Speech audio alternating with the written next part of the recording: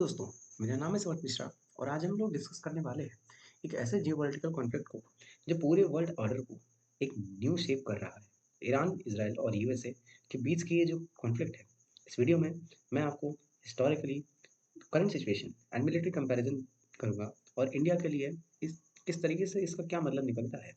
हम लोग सब कुछ एक ब्रॉडर विजन के तहत एनालिसिस करेंगे। A comprehensive analysis for the UPSC Civil Service exam.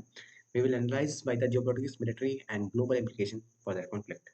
This video is important for your international relations GS paper 3, GS paper 2, sorry, and current affairs sections of 2026. Right now, let's move to the first slide. That is understanding this conflict. Right now, सबसे पहले हम समझते हैं कि इसके की players कौन कौन से हैं। तो की प्लेयर्स हैं इसमें इजराइल, यूएसए एंड ईरान। आपको देखने को मिल रहा है ये जो आपका स्ट्रेटेजिक ट्रायंगल है, राइट, जो कि ईरान, इजराइल एंड यूएसए के बीच में है। सबसे पहले आप इसको समझिए, Israel and USA are the strongest allies, right. इनके बीच में बहुत ही स्ट्रॉन्गेस्ट अलायंस है। वेयर एज इजराइल ईरान के बीच में एक एडवर्सरीज है एक दूसरे के। ईरान यूएसए आपस में एडवर्सरीज है, राइट। तो ईरान और यूएसए आपस में हॉस्टाइल है, इजराइल ईरान आपस में हॉस्टाइल है, एंड इजराइल एंड यूएस आपस में बहुत ही ज़्यादा फ्रेंडली है। सो कहने का मतलब ये है कि ये जो ट्राइंगल दिख रहा है, this is not a love triangle, this is a love and hate triangle, right. सबसे पहले हम लोग को ये देखा बात समझनी चाहिए कि डिफाइनिंग पार्टनरशिप है between the United states and Israel, and in लोग के कुछ रीजन है जिस वजह से ये लोग आपस में कॉन्फ्लिक्ट में इन्वॉल्व है। ईरान एक रीजनल पावर जो अपना इन्फ्लुएंस पूरे रीजन में एक्सपेंड करना चाहता है, ठीक है। किस तरीके से वो करता है हम लोग इसको समझेंगे। इसराइल एक सिक्योरिटी ड्रिवन स्टेट जो शुरुआत से ही जब से वो बना है सिर्फ अपनी एग्जिस्टेंस को प्रोटेक्ट करने के लिए लड़ रहा है। यूएसए यूएसए अपनी ग्लोबल सुपर पावर की हेजेमनी को एस्टैब्लिश करने के लिए इस कंट्रोल इस रीजन में पूरी तरीके से अपना कंट्रोल चाहता है। ये तीनों एक स्ट्रेटेजिक ट्रायंगल क्रिएट करते हैं, जैसे कि मैंने आपको बता दिया, ठीक है। तो एक पूरी तरीके से हम लोग हिस्टोरिकल पर्सपेक्टिव से समझेंगे तभी आप इस कॉन्फ्लिक्ट को पूरी तरीके से समझ सकेंगे। मुझे लगता है कि मुझे आपका कोर फोकस चाहिए होगा। एंड बिफोर वी स्टार्ट, मुझे I have a very gentle reminder that please, if you do not subscribe this channel till yet, please go and subscribe this channel and hit the bell icon so that I can get the motivation to create these types of videos further more, right now। आगे बढ़ते हैं और बात करते हैं कि actually इसको देख लीजिए आप की concept for UPSC. Axis of resistance, nuclear non proliferations, proxy war, regional hegemony and strategic depth. ये चीज़ें आपके लिए बहुत इंपॉर्टेंट है जिसको हम लोग डिटेल में समझेंगे, राइट। नाउ हिस्टोरिकल रूट्स से समझते हैं, ठीक है, एकदम शुरुआत से। Close your eyes and not close your eyes, open your eyes, right, and core focus on it. 1948 में इसराइल बनता है, क्रिएशन ऑफ इसराइल होता है। जैसे ही इसराइल बना, इसराइल वॉर में इंडल्ज हो गया, right. Arab and Israeli war होने लगी, ठीक है। तो इस समय इसराइल बनता है। 1953 में ऑपरेशन एजैक्स होता है, ठीक है। जब मैं आपको बता दूं, जब इसराइल बना तब ईरान के अंदर शाह रजा पहलवी की गवर्नमेंट थी, ठीक है। नाउ 1953 में सीआईए ने, यूएस की इंटेलिजेंस एजेंसी ने एक ऑपरेशन लॉन्च किया जिस ऑपरेशन का नाम था ऑपरेशन एजैक्स। इस ऑपरेशन में क्या ये था बेसिकली, क्योंकि ईरान के अंदर कू हो गया था, शाह रजा को हटा दिया गया था, उनको शाह रजा को वापस लाने के लिए यूएस को ये ऑपरेशन कंडक्ट करना पड़ा। अच्छा, किया क्यों यूएस ने? बिकॉज शाह रजा की जो रेजीम थी वो काफ़ी फ्रेंडली मानी जाती थी, यूएस वो प्रो यूएस रेजिम मानी जाती थी। इस वजह से यूएस ने अपने इंटरेस्ट को फुलफिल करने के लिए ये ऑपरेशन लॉन्च करा, राइट, 1953 में। लेकिन चीज़ें फिर बदली। 1979 में ईरान के अंदर एक इस्लामिक रेवोल्यूशन, राइट, जिसमें आयतुल्लाह खुमैनी ने पूरी तरीके से पावर को ईरान के अंदर टेक ओवर कर दिया एंड खुद को, ईरान को बना दिया एक सिया इस्लाम का एक थियोक्रेटिक स्टेट, एक रेडिकल थियोक्रेटिक स्टेट, एंड खुद को घोषित कर दिया ईरानियन सुप्रीम लीडर, राइट। सो और उन्होंने अपने रिलेशन इसराइल एंड यूएस के साथ पूरी तरीके से, इसराइल के साथ तो खत्म ही कर लिए एंड यूएस के साथ पूरी तरीके से खराब कर लिए रिलेशन। उन्होंने इसराइल एंड यूएस को बहुत प्यारे प्यारे दो नाम दिया। उन प्यारे नाम में यूएस को उन्होंने कहा ग्रेट सेतन एंड इसराइल को उन्होंने कहा लिटिल सेतन। सेतन यानी कि शैतान, राइट। फिर 1980 में 1980 में 88 के समय एक बड़ा इवेंट होता है जहाँ पे ईरान इराक वॉर होती है। अच्छा, थोड़ा सा कॉन्टेक्स्ट समझ लीजिए। उस समय इराक में एक बहुत ही पावरफुल डिक्टेटर यानी कि सद्दाम हुसैन का रूल था, एंड ईरान के अंदर उस समय आपको पता ही है कि अयतुल्ला खुमैनी रेजिम थी, ठीक है। अब समझिए, डोंट बी कंफ्यूज्ड, क्योंकि उस इस कॉन्फ्लिक्ट में इसराइल ने पीछे से सपोर्ट किया ईरान को एंड यूएस ने सपोर्ट किया पीछे से इराक को। अब आपको थोड़ा सा अटपटा लग रहा होगा कि यार कि ये क्या चीज़ है। देखिए, इसराइल एंड यूएस चाहते थे कि ये दोनों आपस में लड़े और ये दोनों आपस में एक दूसरे को डिस्ट्रॉय करें, और जो कि इन्होंने किया, ठीक है। क्योंकि यूएस ही बाद में वो जिसने इराक में सद्दाम हुसैन की इस वॉर को सपोर्ट करा, यूएस ही वो बाद में गल्फ वॉर 2 में इसी सद्दाम हुसैन को यूएस ने मारा, ठीक है। साथ ही साथ इज़राइल, जिसको लिटिल सेतन कहता था ईरान, इज़राइल ने ही कोवर्ट तरीके से, यानी कि कोवर्ट तरीके से, डायरेक्टली नहीं, इनडायरेक्टली ईरान को वेपनाइज़ किया था अगेंस्ट द इराक, राइट? तो ये इस तरीके से कहीं न कहीं इन्होंने अपने कॉन्फ्लिक्ट में अपना रोल प्ले किया।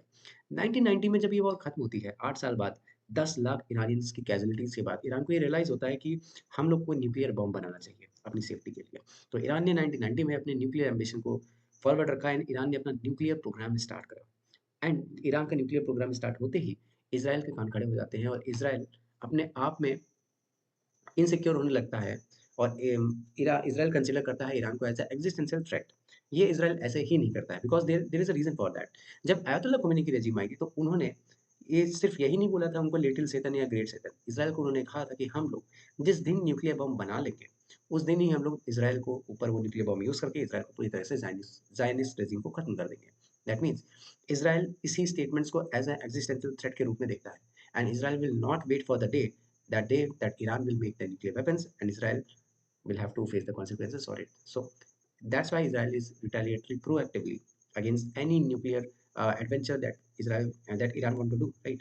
2002 में ये पूरी तरीके से सीक्रेट रिवील हो गया कि ईरान अनडिक्लेयर तरीके से नातान्स एरक साइट को एक्सपोज करके एक्सिस वहाँ पे न्यूक्लियर वेपन्स बना रहा है, और साथ ही साथ ईरान की जो स्ट्रैटेजी है एक्सिस ऑफ रेजिस्टेंस डॉक्ट्रिन, वो भी पूरी तरीके से उसको भी एक्सपैंड करने की कोशिश कर रहा है। ये एक्सिस ऑफ रेजिस्टेंस क्या है, इस डॉक्ट्रिन को पूरी तरीके से समझेंगे, बस just wait for a time. तो उम्मीद है आपको ये बात समझ में आई होगी। अब बात करते हैं एस्केलेशन लैडर, ठीक है। इस पूरे कॉन्फ्लिक्ट का एस्केलेशन लैडर स्टार्ट कहाँ से हुआ? 2010 की बात है। 2010 में स्टक्सनेट साइबर अटैक किया गया था। ये किसने किया था? Stuxnet cyber attack US Israeli intelligence agencies ने अगेंस्ट किया था ईरान के अगेंस्ट। ईरान में जो न्यूक्लियर प्रोजेक्ट चल रहा था, जहाँ पे सेंट्रीफ्यूजास के, वहाँ पे उसको डैमेज किया गया था by introducing 1000 plus of malwares, right? तो ये बहुत ही बड़ा साइबर अटैक था ईरान के न्यूक्लियर इंफ्रास्ट्रक्चर पे, ठीक है। 2015 में JCPOA साइन होता है between the US and Iran. अच्छा, ये क्या था? JCPOA एक फ्रेमवर्क था, यानी कि joint comprehensive plan of action. ये बेसिकली क्या था, उस समय यूएस में डेमोक्रेट्स में बैरक ओबामा की रिजीम हुआ करती थी, एडमिनिस्ट्रेशन हुआ करती थी। उन्होंने ये डिसाइड करा कि हम लोग ईरान से कॉन्फ्लिक्ट करने की बजाय ईरान से बात करके, ईरान को एक टेबल पे ला करके उससे बात करते हैं और इस पूरे सिचुएशन को डी-एस्केलेट करते हैं। लेकिन हुआ इसका उल्टा। 2018 में डोनाल्ड ट्रंप की एडमिनिस्ट्रेशन के आने के बाद डोनाल्ड ट्रंप ने यूएस को इससे विथड्रॉ कर लिया, एंड ये पूरी तरह से डील कोलैप्स हो गई, ठीक। 2020 में एक और बड़ा एस्केलेटरी इवेंट हुआ। 2020 में इरानियन आईआरजीसी, यानी कि ईरानियन की जो सबसे टॉप मिलिट्री कमांडर्स हैं, IRGC Iranian Islamic revolutionary guard Corp के कुछ फोर्स के चीफ बागदाद जाते हैं, इराक की राजधानी, और इराक के अंदर उनको असैसिनेट कर दिया जाता है bye US drone strike, right. उनका नाम था जनरल सोलेमानी। उनको असैसिनेट किया जाता है, जिस वजह से ईरान एंड यूएस के बीच में टेंशन्स ऑल टाइम हाई पे पहुंच जाती हैं, ठीक है। 2021 60% एनरिचमेंट होता है, ठीक। तो ये खबर आती है, ये खबर किसने की? ये खबर कौन देता है? ये खबर दी थी IAEA, यानी कि इंटरनेशनल एटॉमिक एनफोर्समेंट एजेंसी, जो कि इन सब गतिविधियों पर नजर रखती है, एक वॉचडॉग है ग्लोबल, राइट। तो उसने ये बात बताई कि 60% एनरिचमेंट से ऊपर जा रहा है ईरान का nuclear programme. That means it is not for civilian purpose anymore, it is going for Iran is going for making a nuclear weapons. तो इस वजह से ही पूरी दुनिया और सकते में आ जाती है। 2023 में अक्टूबर 7 अटैक होते हैं, जो बेसिकली हमास ने करे थे, इसराइल के ऊपर टेररिस्ट अटैक किए जाते हैं। हमास ईरान का प्रॉक्सी है, जो कि एक्ट करता है अगेंस्ट इसराइल, राइट। फिर 2024 में डायरेक्ट एक्सचेंज होता है मिसाइल स्ट्राइक्स का between the Israel and Iran. अच्छा, ये किस लिए था? ये इस वजह से था बिकॉज मैं आपको बताना चाहूँगा कि सीरिया के अंदर ईरानियन एम्बेसी के ऊपर इसराइल ने स्ट्राइक करी। अब आप कहेंगे सीरिया में स्ट्राइक करी तो फिर ईरान ने क्यों हमला किया? Because according to the international law, जिस देश की एम्बेसी किसी भी देश में हो, वो उस देश की सोवरेन टेरिटरी समझी जाती है। यानी कि इज़राइल ने अगर सीरिया की कैपिटल में इरानियन एम्बेसी पे अटैक करा था, दैट मीन्स ईरान के पास अधिकार था। ईरान ने उसी राइट का यूज़ करते हुए इज़राइल के ऊपर डायरेक्टली मिसाइल मार दिए। फिर इज़राइल ने भी रिटेलिएट किया, तो ये आपस में एक्सचेंज हुआ था 2024 में, ठीक है। 2025 में यूएस ने ऑपरेशन लॉन्च किया था ईरान के अगेंस्ट, ऑपरेशन मिडनाइट हैमर। इसमें ये था कि ईरान की जो मोस्ट प्रोमिनेंट न्यूक्लियर साइट्स थी, जहाँ पे अंडरग्राउंड न्यूक्लियर वेपन्स को बनाने की एक प्रोसेस चल रही थी, तो उसको पूरी तरीके से यूएस ने डिस्ट्रॉय करा। उन साइट्स का नाम था नातान्स, फॉर्दो एंड इस्फहान, राइट? जहाँ पे गाइडेड बंकर बस्टर बॉम्ब यानी कि जीपीयू बॉम्ब्स का यूज़ करके बी-2 बॉम्बर्स के थ्रू यूएस ने मिडनाइट हैमर में उन साइट्स को पूरी तरह से तबाह कर दिया। They had destroyed the complete facilities of nuclear facilities. 2026 में यूएस इंटरवेंशन करता है, जैसे कि जो अभी चल रहा है। 2026 में यूएस इज़राइल के प्रेशर में इज़राइल ने यूएस को कन्विंस कर लिया कि आप हम दोनों को इस टाइम ही ईरान के ऊपर अटैक करना चाहिए, ताकि हम लोग ईरान में रेजीम चेंज कर सके। That is the objective, please mind it. ठीक है? आप इसको समझ लीजिए कि इनका ऑब्जेक्टिव क्या है। आखिर ये कॉन्फ्लिक्ट यूएस एंड इज़राइल ने क्यों स्टार्ट करा है अभी? अभी इस वजह से स्टार्ट करा है क्योंकि इज़राइल जल्द से जल्द चाहता है कि ईरान के अंदर रेजीम चेंज हो। आयतुल्लाह खोमेनी की रेजीम जाए और ईरान के अंदर एक नई रेजीम जो कि प्रो यूएस एंड इज़राइल हो, वो एस्टैब्लिश हो, राइट?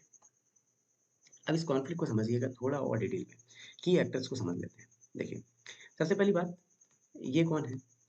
लेबनान एलबी, ये लेबनान है। लेबनान के अंदर हिजबुल्लाह, इराक के अंदर popular mobile front, right? That is basically Iraqi militia. फिलिस्तीन के अंदर हमास एंड फिलिस्तीनियन इस्लामिक जिहाद, एंड यमन के अंदर हुतीस। ये जो चारों हैं, ये सब क्या है? ये ईरान के प्रॉक्सीज हैं। ईरान कभी भी डायरेक्टली यूएस एंड इसराइल से लड़ना नहीं चाहता। ईरान इन्हीं सब का यूज़ करता है, Israel, US and Saudi Arabia के खिलाफ। ठीक है? China and Russia are supporting Iran against to counter the United States of America, right? तो ये चाइना एंड रशिया ईरान के साथ हैं, ईरान को सपोर्ट करते हैं डिप्लोमेटिक तरीके से, इकोनॉमिक तरीके से, एंड रशिया मिलिट्री तरीके से। ठीक है? एंड यूएस इजराइल का आपस में अलायंस है। सऊदी अरेबिया यूएस का अलायंस है। सऊदी अरेबिया इजराइल के रिलेशन अब नॉर्मलाइजेशन की तरफ बढ़ रहे हैं। हालांकि अभी भी कोई ऑफिशियल डिप्लोमेटिक रिलेशन नहीं है, but back channel relations Saudi Arabia and Israel आपस में शेयर करते हैं। सो दैट मीन्स एक ये पावर सेंटर है, दूसरा power centre Iran, Russia and China का है। तो आपको ये देखने को मिला। एंड ईरान की जो हरकतें हैं through the Hezbollah in Lebanon, PMF PMF in Iraq, Hamas in Palestine and हुतीज in Yemen, ये इन सारे देशों को परेशान करके रखी। तो ईरान की जो प्रॉक्सी वॉर है, इसने कहीं ना कहीं इस पूरे कॉन्फ्लिक्ट को फ्यूल करने का काम करा है, राइट?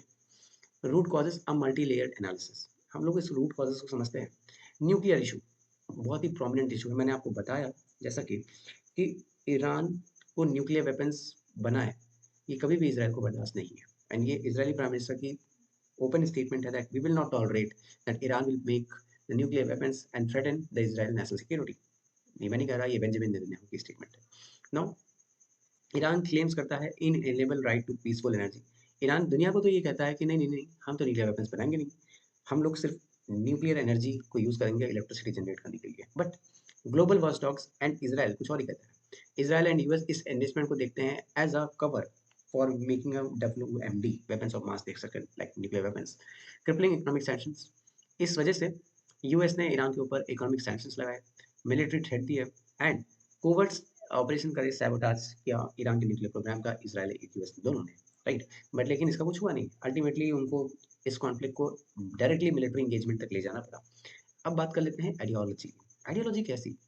देखो, आइडियोलॉजी को समझने के लिए हम लोग को एक बात समझना पड़ेगा कि 1979 में जब इस्लामिक रिवॉल्यूशन हुआ, तो ईरान की जो गवर्नमेंट थी उसकी आइडियोलॉजी पूरी तरीके से बदल गई।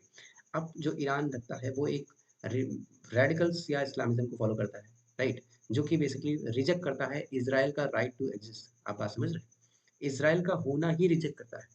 एंड जायनिस्ट रजीम को वो पूरी तरीके से इरेडिकेट करने की आइडियोलॉजी रखते हैं, जो ईरान के अंदर जो भी उनकी रजीम है, कम्युनल रजीम। अब बात करते हैं कि इजराइल, इजराइल की बात कर ली जाए आइडियोलॉजी, तो इजराइल एक मॉडर्न डेमोक्रेटिक स्टेट है, राइट? जिसकी सिक्योरिटी बेस्ड है सर्वाइवल पे, कि वो भैया हम लोग को एग्जिस्टेंस रहना है, एग्जिस्ट करना है दुनिया में, और हम लोग से हमारा राइट टू एग्जिस्टेंस कोई भी नहीं छीन सकता। इसराइल जब से भी बना है तब से वो हमेशा अपनी वॉर ऑफ एग्जिस्टेंस ही लड़ रहा है, ठीक है?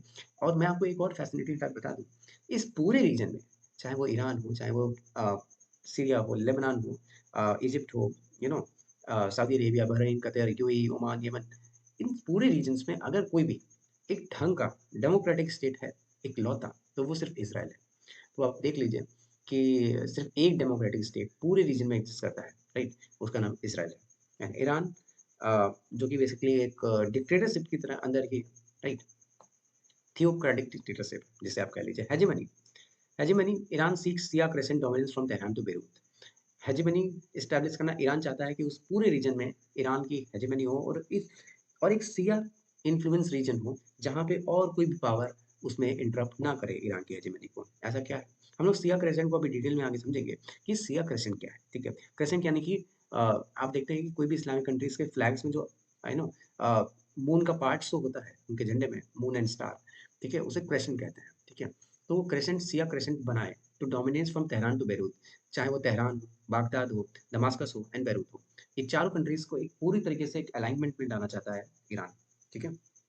एंड साथ ही साथ ये इज़राइल एंड यूएस चाहते हैं कि भैया, इज़राइल चाहता है कि हम सेफ रहें, हमको कोई कुछ कहे ना, हमारी सिक्योरिटी को थ्रेटन ना करें। एंड यूएस चाहता है कि भैया हमारे जो एलाइज़ एंड पार्टनर्स हैं वो स्टेबल रहे, हमारा ऑयल निकलता रहे और हमारी कंपनीज़ को पैसा फ़ायदा होता रहे, ठीक है?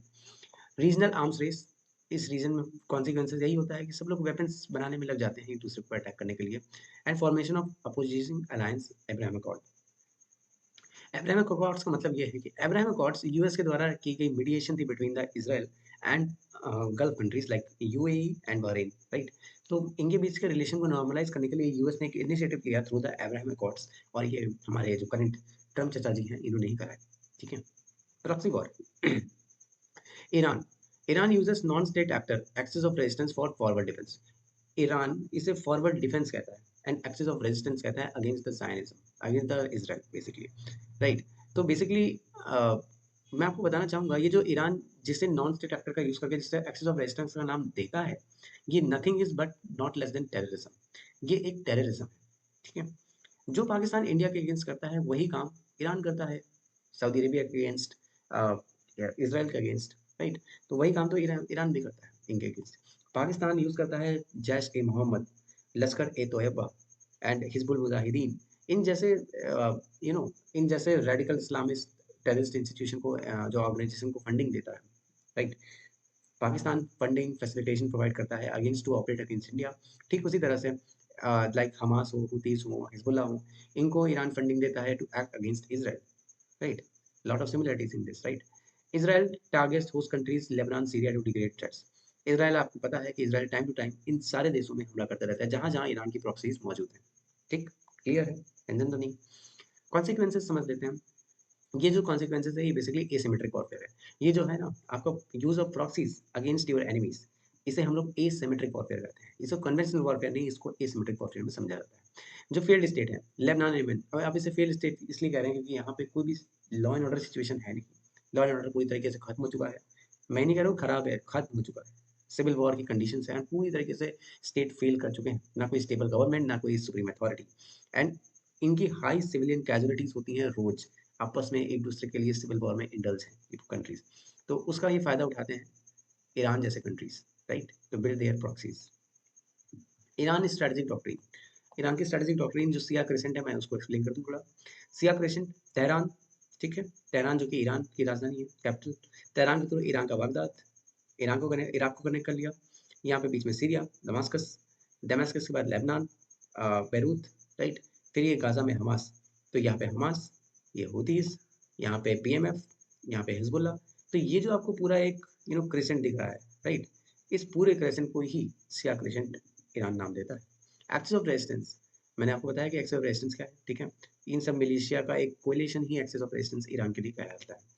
साथ ही साथ ईरान ना सिर्फ इनको फंडिंग एंड एक्टिव सपोर्ट देता है, डिप्लोमेटिक सपोर्ट देता है, बल्कि इनको मिसाइल भी प्रोवाइड कराता है एंड अपनी कुछ मिसाइल्स इनको प्रोवाइड करता है, चाहे वो हुतीस हो, चाहे वो इराक के अंदर मिलिशिया हो, चाहे वो हिजबुल्लाह हो या फिर हमास हो, राइट? एसिमेट्रिक वॉरफेयर के अंदर आता है, मैंने आपको बताया। ये जो प्रॉक्सी वॉरफेयर है ये एसिमेट्रिक वॉरफेयर है, मैनी टाइम लेवरेज। मैं आपको बताऊंगा कि यहाँ पे तेहरान के नीचे यहाँ पे स्टेट ऑफ हॉर्मुज है। जो स्टेट ऑफ हॉर्मुज है बेसिकली वो Persian Gulf and Gulf of Oman को आपस में कनेक्ट करता है, और वो फर्दर आके अरेबियन सी में आके जो मिल जाता है, जो कि इंडिया का वेस्ट फेसिंग रीजन है, राइट? तो वहाँ पे जो शिप्स आते हैं तो वहाँ का एक स्ट्रेटेजिक चोक पॉइंट है जिसे स्टेट ऑफ हॉर्मुज कहते हैं। एक बहुत ही पतला सा रास्ता है जिसको बहुत ही आसानी से तेहरान यानी कि ईरान ब्लॉक कर सकता है, ठीक है? साथ ही साथ न्यूक्लियर एम्बिग्यूटी, कोई एम्बिग्यूटी नहीं है, क्लियर है। मैं आपको बता रहा हूँ, ये आपको पेपर में लिखने को ठीक है मिल जाएगा, लेकिन अगर आपको एक क्लियर अंडरस्टैंडिंग समझनी है तो ईरान बिना न्यूक्लियर वेपन बनाए नहीं रुकने वाला है। यूएस एंड इजराइल कितनी ही स्ट्राइक क्यों ना वाला है, जब तक ये रिजीम नहीं जाने वाली है तब तक इनके वेपन्स बनाने का जो एक एक एक गोल है वो भी कहीं नहीं जाने वाला है, right. Now let's move to the next slide, right. Israeli military and strategic doctrine. अब हम लोग इजरायली मिलिट्री की स्ट्रेटेजिक डॉक्ट्रिन की बात करते हैं।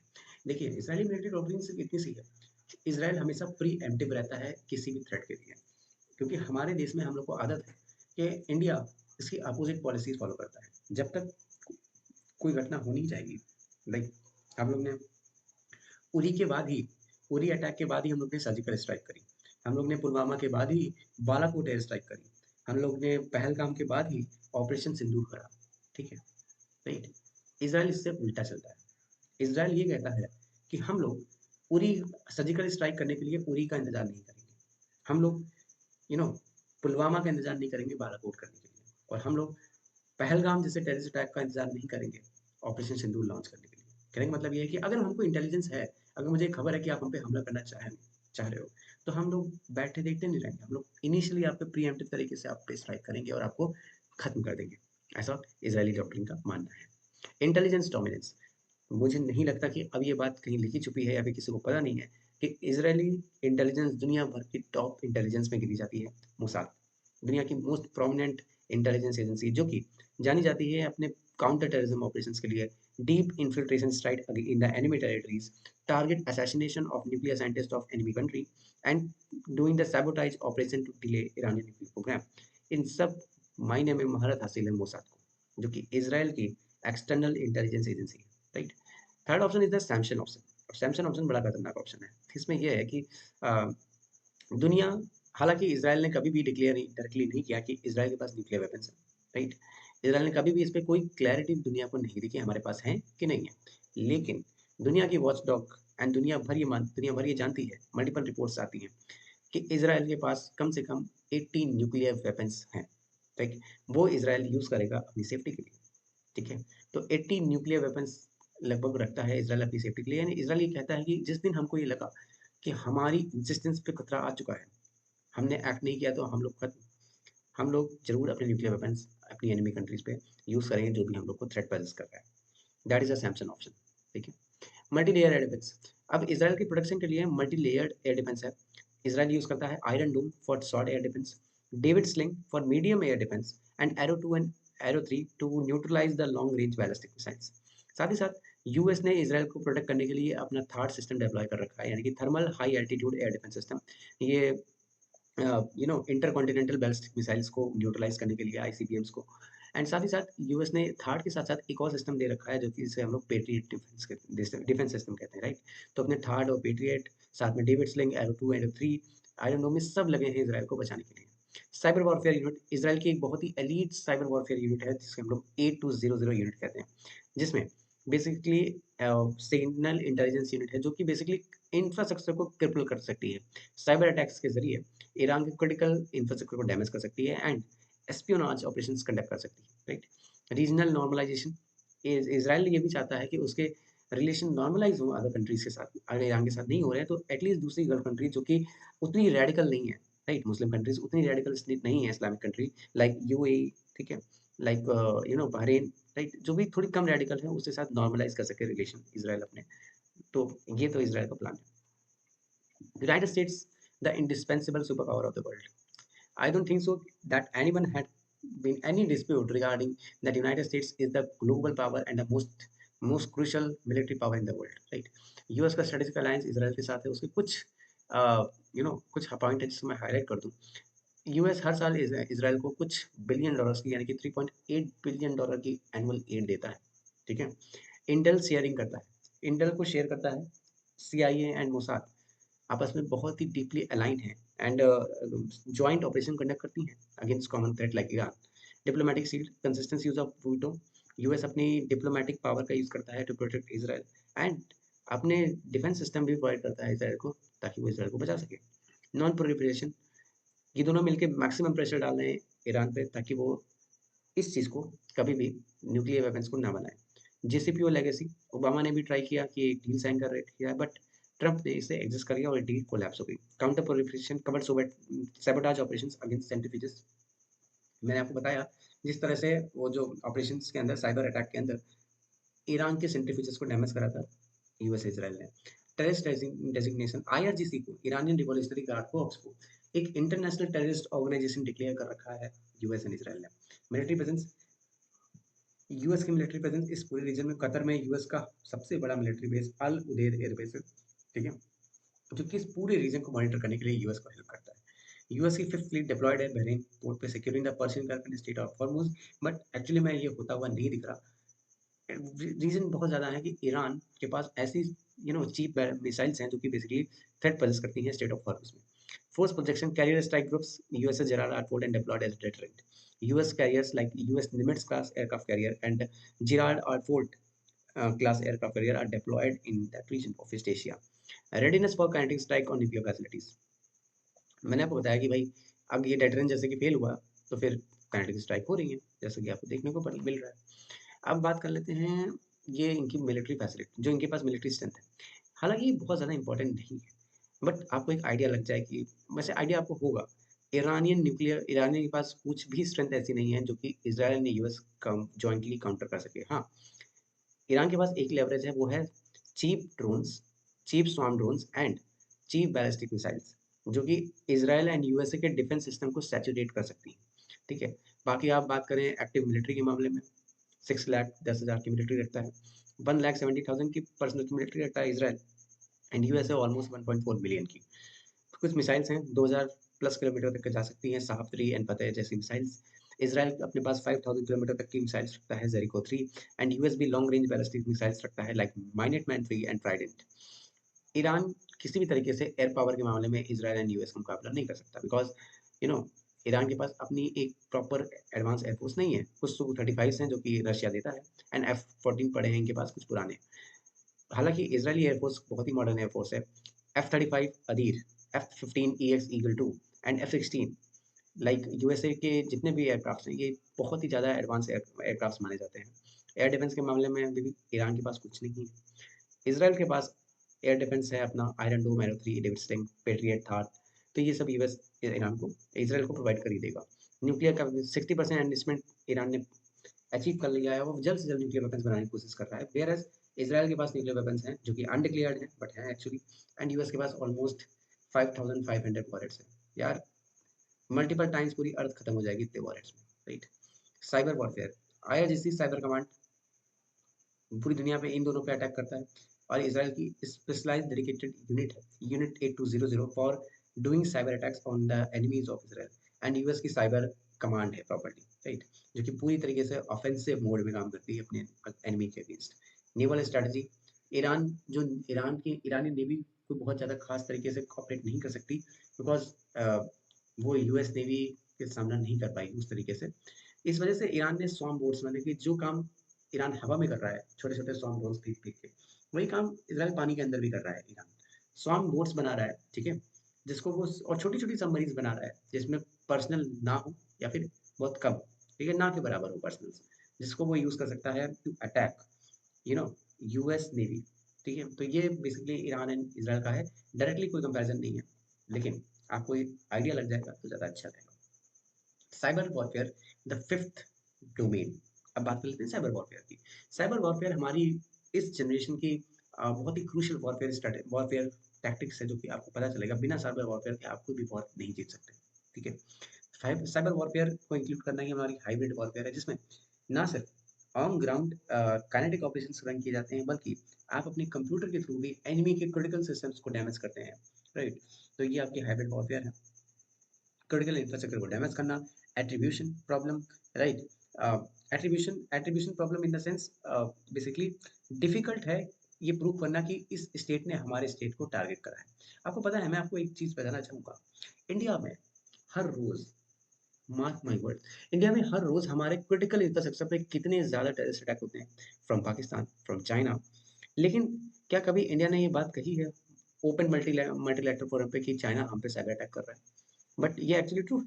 गालवान के बाद इंडिया के ऊपर मल्टीपल साइबर अटैक्स में है, कोई भी डिफेंस सिचुएशन में, इनफैक्ट रोज ही होते हैं हमारी किसी न किसी ऑर्गेनाइजेशन पे। क्या इंडिया ने कभी ये बोला है? क्योंकि प्रॉब्लम है एट्रीब्यूशन की। आप कैसे क्लियर करोगे? चाइना तो बोल देगा कि भैया मैंने तो किया ही नहीं है, आप झूठ बोल रहे हो। तो इसको प्रूव करना एक बहुत ही डिफिकल्ट प्रोसेस है, राइट। ईरान, साथ ही साथ zero day in the sense जब भी ऐसा कोई अटैक होता है तो एनिमी के पास जिसके ऊपर भी अटैक हो रहा है, एनिमी के पास बचने का टाइम होता ही नहीं है, राइट? तो ये बात हो गई। इकोनॉमिक डायमेंशन को हम लोग समझें, तो इकोनॉमिक डायमेंशन में अगर मैं बात करूँ, तो ग्लोबल ऑयल प्राइसेज़ में शॉक आ गया है। क्योंकि वहाँ से जो ब्रेंट क्रूड ऑयल स्पाइक था 20-40 डॉलर पर बैरल इमीडिएटली बढ़ चुका है, राइट? ओपेक ने अपना प्रोडक्शन कट कर दिया है एंड इस कॉन्फ्लिक्ट के अगर ज़्यादा बढ़ा, तो हम लोग के लिए बहुत ही ज़्यादा प्रॉब्लमैटिक साबित हो सकता है, राइट? सैंक्शंस रेजिम इस तरह से हमारी जो ग्लोबल इकोनॉमीज़ है, वो बहुत ही नेगेटिवली हैम्पर होने वाली है। सैंक्शन रेजिम ईरान को बहुत पहले ही कट ऑफ कर दिया गया था ग्लोबल पेमेंट सिस्टम से, जो स्विफ्ट पेमेंट सिस्टम है एंड इस वजह से ईरान को बार्टर ट्रीट करनी पड़ रही है चाइना, रशिया, इंडिया से, राइट? शिपिंग डिस्ट्रप्शन, जो रेड सी के अटैक है by the हुतीज militia supported by the Iran, उसकी वजह से जो ग्लोबल शिपिंग लाइन्स हैं, जो ग्लोबल शिपिंग कंटेनर्स हैं, उनका मूवमेंट काफ़ी हद तक बहुत ही प्रॉब्लमैटिक हो रहा है। सुएज़ कैनाल के ऊपर 50% ग्लोबल ट्रेड वॉल्यूम है और सुएज़ कैनाल के आगे ही रेड सी पड़ता है। इस वजह से उनकी सिक्योरिटी और उनके इंश्योरेंस कॉस्ट बढ़ती जा रही है। ग्लोबल इन्फ्लेशन, तो अगर कॉस्ट फ्यूल बढ़ता है, एनर्जी कॉस्ट बढ़ता है, तो जाहिर सी बात है पूरी दुनिया में एक ग्लोबल इन्फ्लेशन आ जाएगी एंड साथ ही साथ फ्यूल फूड एंड फर्टिलाइजर्स का भी शॉर्टेज आपको देखने को मिल सकता है। तो ये तो इसके इकोनॉमिक कॉन्सिक्वेंसेज इस कॉन्फ्लिक्ट के होने वाले हैं। This conflict will not in benefit of India, किसी भी तरीके से हमारे इस बेनिफिट में नहीं है। हमारे लिए ये चैलेंजेस ही चैलेंजेस क्रिएट करेगा, राइट? अब बात करते हैं स्टेट ऑफ हॉर्मुज की। स्टेट ऑफ हॉर्मुज की बात करें तो आप देखें, स्टेट ऑफ हॉर्मुज में ये हमारा पर्शियन गल्फ है, ठीक है? ये हमारा गल्फ ऑफ ओमान है और ये पतली सी एक छोटी सी रास्ता आपको देखने को मिल रही है, इसे ही स्टेट ऑफ हॉर्मुज कहते हैं। ऊपर ईरान है, नीचे यूएई, ओमान, सऊदी अरेबिया, कतार, बहरीन। इस चीज़ को ईरान ब्लॉक करना चाहता है या फिर अपने हिसाब से यूज़ करना चाहता है। ईरान की मर्ज़ी से यहाँ से सिर्फ पास होंगे या नहीं होंगे, ऐसा ईरान चाहता है एंड पूरी दुनिया ये चाहती है कि ये रीजन प्रोटेक्ट रहे, ताकि यहाँ से कतार से जितने भी शिप्स हैं, जो बहरीन से कितने भी शिप्स हैं, यूएई से जितने भी शिप्स हैं, ये सब प्रॉपर्ली सऊदी अरेबिया के जितने भी यहाँ पे ऑयल फील्ड्स हैं, वहाँ से जितने भी शिप्स हैं, प्रॉपर्ली आ सके। But you know, due to the threat of Iranian missiles, ships आ नहीं पा रहे हैं अपनी उस अमाउंट में जैसे उनको आना चाहिए। 20% of global oil consumption through this pass, दुनिया का 20% ऑयल तो यहीं से पास होता है। 25% ऑफ ग्लोबल एलएनजी जो कि यूरोप को जाती है, एशिया को जाती है, वो भी यहाँ से पास होती है, ठीक है? कुछ टॉप इंपोर्टर्स हैं इस रीजन से, जो कि चाइना है, फर्स्ट नंबर पे इंडिया है एंड जापान है। तो सबसे ज़्यादा अगर यहाँ पे इम्पैक्ट होगा तो सबसे ज़्यादा इम्पैक्ट भी किसको पड़ने वाला है? अगर ये इस रीजन ब्लॉक होगा या फिर इस रीजन का कॉन्फ्लिक्ट बढ़ेगा, इनको पड़ने वाला है। लेकिन हाँ, एक चीज़ आप ये भी कह सकते हैं कि ईरान के चाइना का रिलेशन बहुत स्ट्रॉन्ग है, तो चाइना के शिप्स को ईरान फेवर कर रहा है। इंडिया भी ईरान से बात कर रहा है कि आप हमारे शिप्स को थ्रेटन करना बंद करिए एंड ईरान ने इंडिया से भी एक off the table deal sign करी है इस पे, राइट? अब बात कर लेते हैं ग्लोबल जियोपॉलिटिकल इम्प्लीकेशंस को। जियोपॉलिटिकल इम्प्लीकेशंस क्या है? रशिया रशिया ईरान को सपोर्ट कर रहा है through the military technology like providing a defence system, S-300 Sukhoi 35 fighter jets, advance mini drone technology and UN में ईरान को कवर प्रोवाइड करता है for by the veto at UNSC. Uncalculated interest तरीके से engage करता है by the Iran, ठीक है? चाइना चाइना दुनिया का सबसे बड़ा एनर्जी बायर है एंड चाइना ने ईरान के साथ डील साइन रखी है 5 साल की, $400 बिलियन की उसकी एनर्जी परचेज करने की, right? $400 billion is not a less amount, right? तो ईरान को सबसे ज़्यादा इकोनॉमिक सपोर्ट मिल रहा है चाइना से। यूरोप यूरोप की बात करें तो ड्यूअल एंजाइटी है यूरोप में। ड्यूअल एंजाइटी इस वजह से है बिकॉज यूक्रेन वॉर के बाद यूरोप ऑलरेडी क्राइसिस में चल रहा था, क्योंकि रशिया से जो भी यूरोप की एनर्जी इंपोर्ट होती थी, यूरोप ने उसे बॉयकॉट कर दिया टू सपोर्ट यूक्रेन। लेकिन अब जो यूरोप की डिपेंडेंसी मिडिल ईस्ट पे थी, क्योंकि रशिया से देना बंद कर दिया, तो इधर डिपेंडेंसी यूरोप की बढ़ गई थी। अब यहाँ से भी यूरोप को सप्लाईज बंद हो जाएंगी, तो यूरोप करेगा तो करेगा क्या, राइट? तो यूरोप के लिए बहुत ही ज़्यादा प्रॉब्लमैटिक सिनेरियो क्रिएट हो गया है और सभी के लिए प्रॉब्लमैटिक है। हम्म। तो यूरोप की एंजाइटी क्रिएट हो रही है और अदर जो रीजनल पावर्स हैं, जो सऊदी अरेबिया है, वो हिस्टोरिकली इनका जो शिया सुन्नी, सऊदी अरेबिया और ईरान के बीच में राइवलरी चलती है, ठीक है? तो इनके भी रिलेशन कोई बहुत ज़्यादा नॉर्मलाइज नहीं है। हालांकि 2023 में चाइना ने सऊदी अरेबिया और ईरान को बैठाने की कोशिश की थी और इनके रिलेशन को नॉर्मलाइज करने की कोशिश की थी, लेकिन उसका कोई बहुत ज़्यादा इम्पैक्ट पड़ा नहीं, बिकॉज आप देख ही रहे हैं ईरान रोज सऊदी अरेबिया के ऊपर, सऊदी अरेबिया की फील्ड के ऊपर, सऊदी अरेबिया की कंपनी, सऊदी अरामको के ऊपर बहुत ज़्यादा मिसाइल्स मार रहा है, बहुत ज़्यादा मिसाइल से अटैक कर रहा है, जिससे सऊदी अरेबिया को ना सिर्फ उसकी सिक्योरिटी थ्रेटन हो रही है, बल्कि वहाँ उस सऊदी अरेबिया को ग्रेव इकोनॉमिक लॉस फेस करना पड़ रहा है, ठीक है? यूएई यूएई ने अपने रिलेशन अब्राहम अकॉर्ड्स के अंदर इसराइल से नॉर्मलाइज कर लिए हैं एंड बट ईरान के साथ भी यूएई ट्रेड करता रहा है। लेकिन अभी जो हुआ है, ईरान ने यूएई पे भी अटैक करा है, सो ईरान एंड यूएई के रिलेशन भी बहुत खराब हो चुके हैं।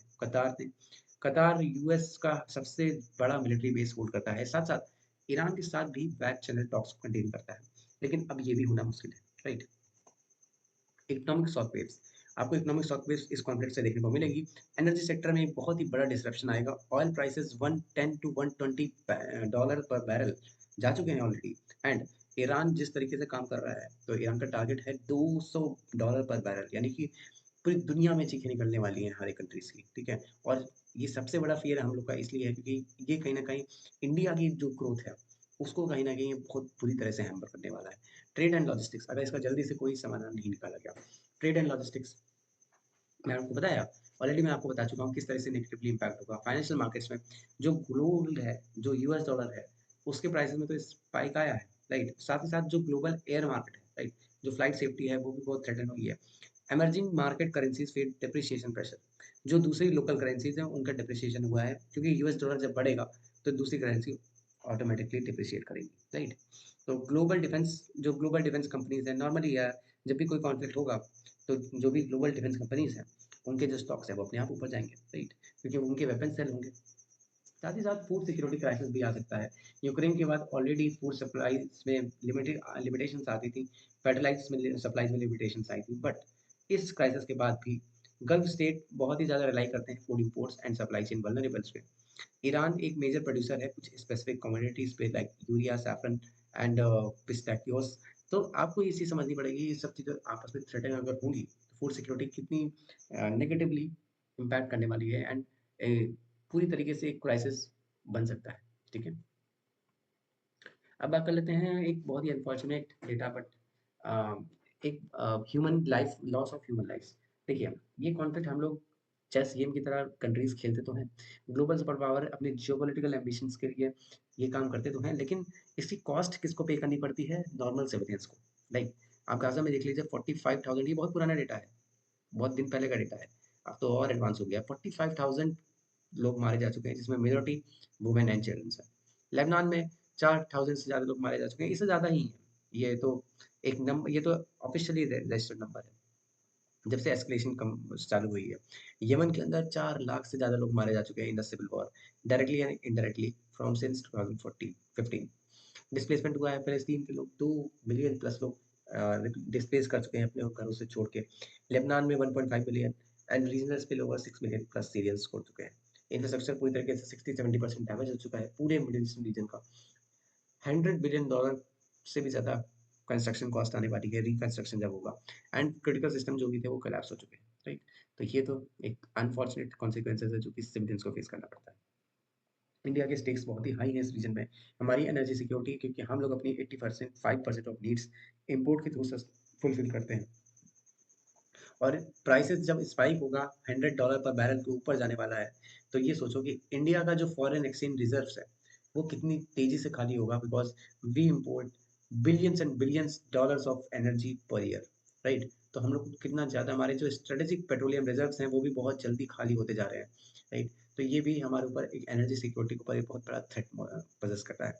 हमारी जो डायस्पोरा है पूरे रीजन में, जब आप गल्फ रीजन को देखें तो वहाँ पे करीब 1 करोड़ भारतीय वहाँ पे काम करते हैं। और ईरान जिस तरीके से वहाँ पे उस रीजन में अटैक कर रहा है, अभी रिसेंटली एक बहुत ही अनफॉर्चुनेट न्यूज़ ये है कि 2 भारतीयों ने अपनी जान गँवा दी है by the attack of Iran.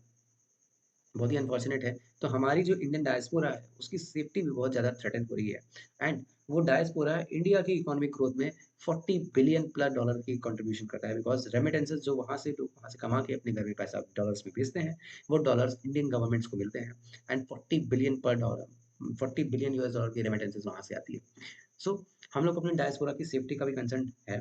साथ ही साथ हम लोग को स्ट्रेटेजिक न्यूट्रलिटी रखनी है between the Iran and Israel, because हमारे स्ट्रेटेजिक इंटरेस्ट दोनों से अलाइन करते हैं। बिकॉज देखिए, इसराइल हमारा नो डाउट बहुत ही क्रिटिकल डिफेंस पार्टनर है एंड सप्लायर है, एंड हमारे साथ साथ साथ को टेक्नोलॉजी बिल्डर है, राइट। ईरान हमारे लिए इंपॉर्टेंट है for the connectivity and energy, ठीक है। ईरान के थ्रू हम लोग ना सिर्फ अफगानिस्तान से बल्कि central Asia and as well as the Russia and north eastern Europe तो उससे हम लोग कनेक्ट कर सकते हैं। तो उसके लिए हम लोग को ईरान की बहुत ज़्यादा ज़रूरत है।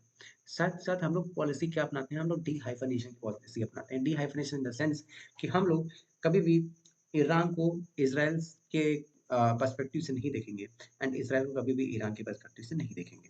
तो ये तो हमारा कंट्रीब्यूशन, ठीक है? ये हमारी सॉरी पॉलिसी है हमारी, राइट? हुँ। सो हम लोग we will dehyphenate between the Israel and Iran, right? And issue based हम लोग अलाइन करेंगे। हम लोग किसी के दबाव में आके हम लोग अपने बायलैटरल रिलेशंस को डिसाइड नहीं करेंगे। साथ ही साथ मैंने आपको बताया डिफेंस सिक्योरिटी में, डिफेंस में पूरी तरीके से हम लोग इज़राइल के साथ पार्टनरशिप करते हैं। इज़राइल के साथ हम लोग ने ड्रोन्स बिल्डअप कर रखे हैं। बाराक 8 जो हमारे आईएनएस विक्रांत के ऊपर तैनात है, उसके डिफेंस के लिए। तो हम लोग ने उसके लिए बना करके रखा है। ये चीज़ हमारी डिफेंस सिक्योरिटी के पॉइंट ऑफ व्यू से मैंने आपको बताया चाबहार के बारे में। ईरान के एक स्ट्रेटेजिक पोर्ट चाबहार, जिसके थ्रू हम लोग को कनेक्टिविटी मिलती है सेंट्रल एशिया जाने की, रशिया जाने की, अफ़गानिस्तान जाने की। तो ये ब और साथ ही साथ ये पूरा जो कॉरिडोर है, उसे हम लोग international north south trade corridor कहते हैं।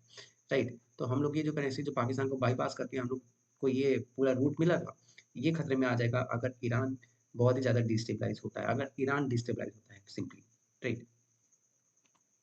Now international law and diplomacy, like this is the most common joke in a current scenario. What is the international law are you talking about? Right? Simple सी बात है। आपके अपने paper exams में ज़रूर मैं आपको बता दूँ, आपको लिखने के लिए, लेकिन आपको थोड़ा-सा रियलिटीज़ से भी एंगेजमेंट रखना चाहिए, राइट?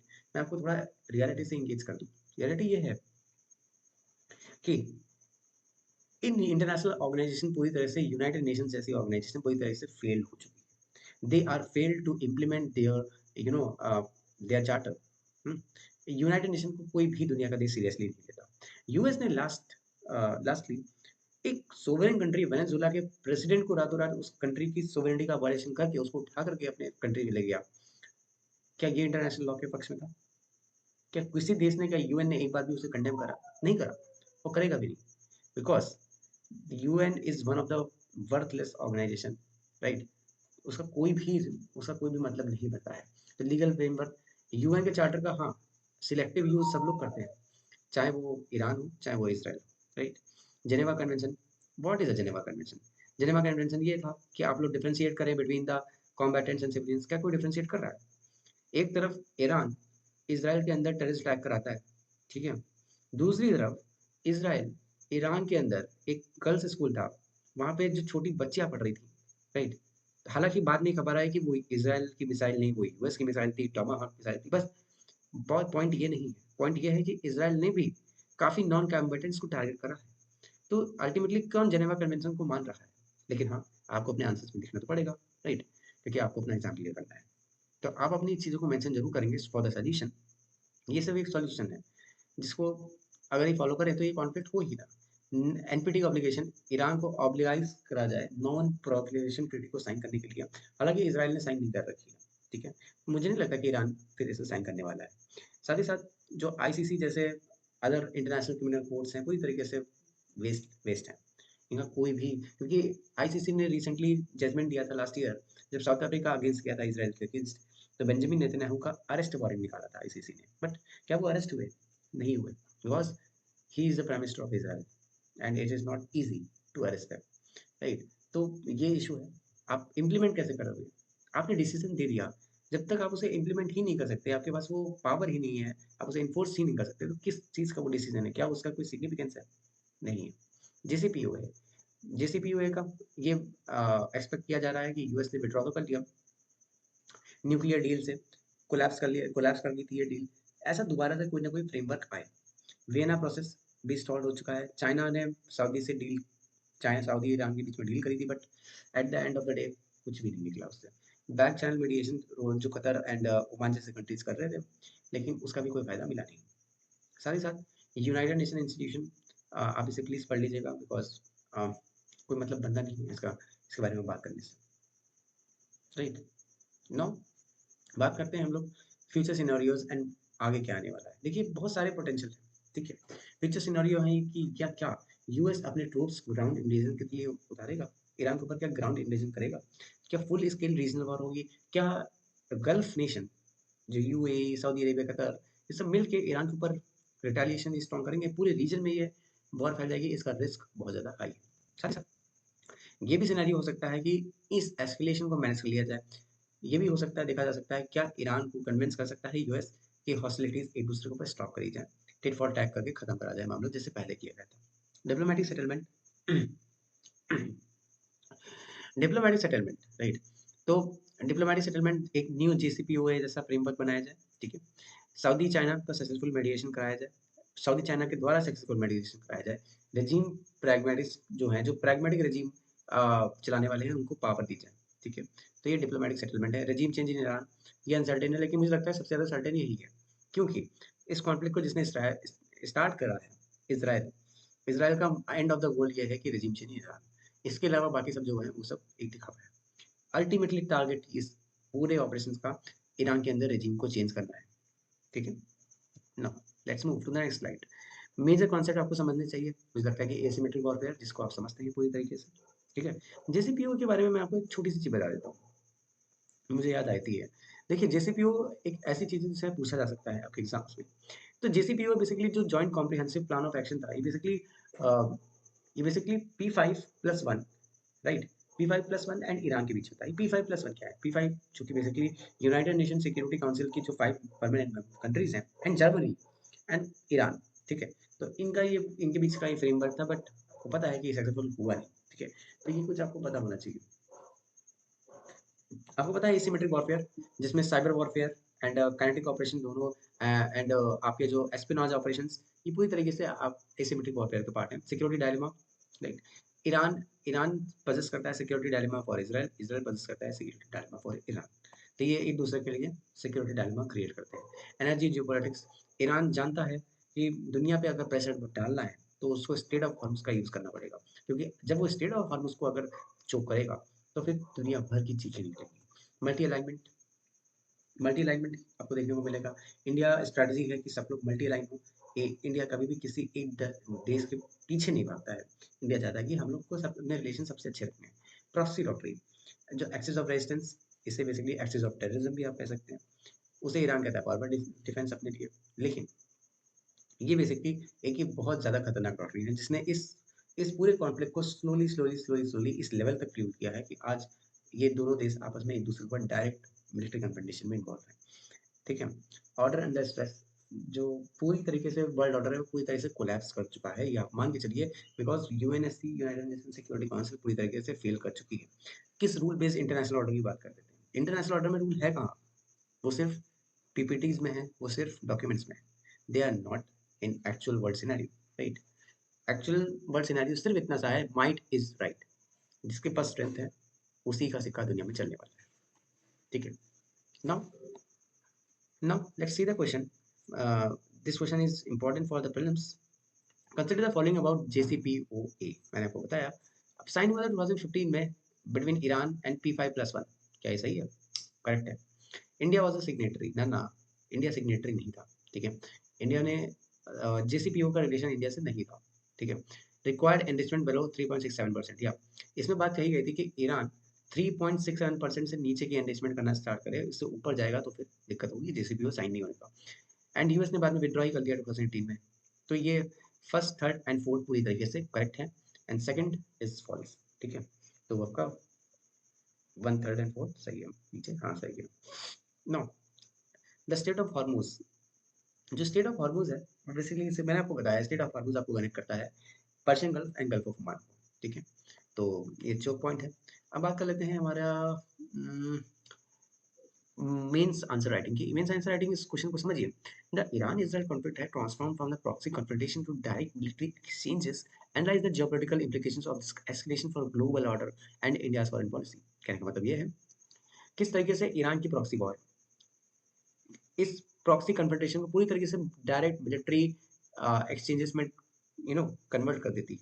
मैंने आपको बताया कैसे, क्योंकि ईरान ने हिजबुल्लाह, हूती, हमास जैसे प्रॉक्सीज को पाल रखा है, और उस प्रॉक्सीज का यूज करके इसराइल के ऊपर अटैक करा। और इसराइल आप जानते हैं जिस तरह का कंट्री है, इसराइल हर एक चीज़ का जवाब देना जानता है।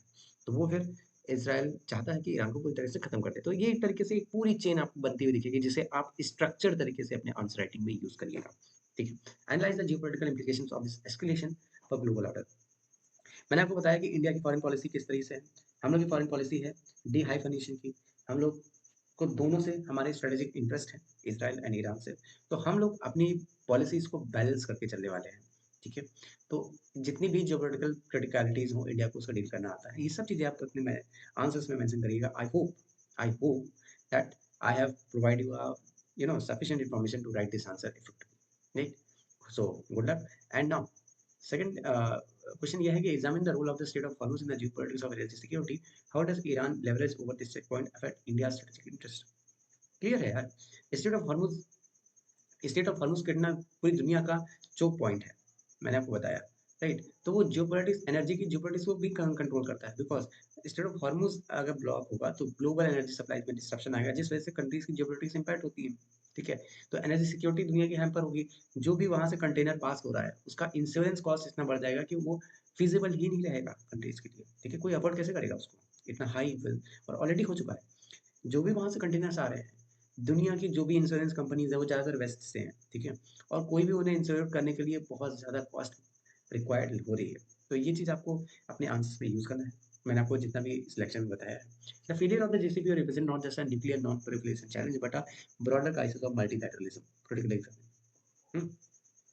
कहने का मतलब ये है कि जेसीपीओ का एक कोलैप्स कर जाना सिर्फ नॉन प्रोलिफरेशन के लिए चैलेंज नहीं है, यानी कि सिर्फ परमाणु जो भी nuclear weapons of mass destruction है वो बनने का चैलेंज नहीं है, बल्कि एक एक और भी चैलेंज है जो कि क्राइसिस है मल्टीलैटरलिज्म का, यानी कि दुनिया में जो भी ऐसे देशों की संख्या बढ़ने वाली है जो कि न्यूक्लियर वेपन्स या फिर वेपन्स ऑफ मास डिस्ट्रक्शन को होल्ड करते हैं। तो इसे आप बहुत अच्छे से दीजिएगा एंड जो भी मैंने चीज़ें बताई हैं इस चीज़ को आप यूज़ करिएगा। तो conclusion lessons for you know lessons for a non-modern world, that is legitimacy matter, ठीक है? Power without legitimacy breed endless resistance like axis of resistance. इसका कोई मतलब नहीं है। लेजिटिमेसी किस टाइप की लेजिटिमेसी, राइट? क्या आप टेररिज्म को लेजिटिमेट कर ठहरा सकते हैं? नहीं ना। सिलेक्टिव लॉ की प्रॉब्लम तो ऑलमोस्ट हर कंट्री को है, ठीक है? इंडिया इंडिया तो इंडिया को मैं इसमें इंक्लूड नहीं करूंगा, बिकॉज इंडिया जो लॉ कहता है कि उसको एक्चुअली फॉलो करता है, लेकिन दुनिया के देश ऐसा नहीं करते, ठीक है? अपने लिए अलग पैरामीटर, दूसरे के लिए अलग पैरामीटर। तो सिलेक्टिव लॉ के जो मैं आपको एग्जांपल देता हूँ, ठीक है? आर्टिकल 51 चार्टर 51 यूएन चार्टर का आर्टिकल 51 ये क्लेम करता है कि अगर किसी देश की कोई भी सोवरेन टेरिटरी पे अटैक करता है तो उस कंट्री को ये अधिकार है कि वो उसको रिटेलिएट कर सके, ठीक है? और ईरान ने इसी अधिकार का दावा देकर इसराइल एंड यूएस के ऊपर हमला किया, इसी को लीगल ठहरा के। लेकिन ईरान वो भी भूल जाता है तब जब वो प्रॉक्सी वॉर के थ्रू, यानी कि हमास को फंडिंग देता है इसराइल पर हमला करने के लिए, तब वो यूएन चार्टर, टेररिज्म, सब कुछ, जितनी भी चीज़ें हैं सब कुछ हटा देता है। तो ये प्रॉब्लम है सिलेक्टिव लॉ की कंट्रीज के अंदर, राइट? चाइना भी ऐसे ही कुछ करता है, ठीक है? दुनिया को peace stability you know peace stability and deal करने की बात कहता है, but at the same time China कुछ यूएन लॉज को मानता ही नहीं है। साउथ चाइना सी में जिस तरीके से चाइना अग्रेसिवली मैन्यूवर करता है, तो उससे चाइना दुनिया को ये मैसेज देता है कि UN law is nothing in front of us. So एक मजाक है UN law. Resource security, energy security, strategic security, nation weaponise resources, normal सी बात है। Resource security is one of the most important thing that are meant for any country. Trust deficit, diplomacy without trust fails. बिना trust के diplomacy हो ही नहीं सकती आपको, या फिर डिप्लोमेसी के थ्रू ही आप ट्रस्ट बिल्डअप कर सकते हैं, ठीक है? Agreement like JCPOA collapse easily. ये सब प्रॉब्लम है, आपको ये लेसन्स मिले। जब तक आपके उसके ऊपर कोई भी प्रॉपर फ्रेमवर्क, अगर एक स्ट्रॉन्ग फ्रेमवर्क नहीं है तो कोई मतलब नहीं है।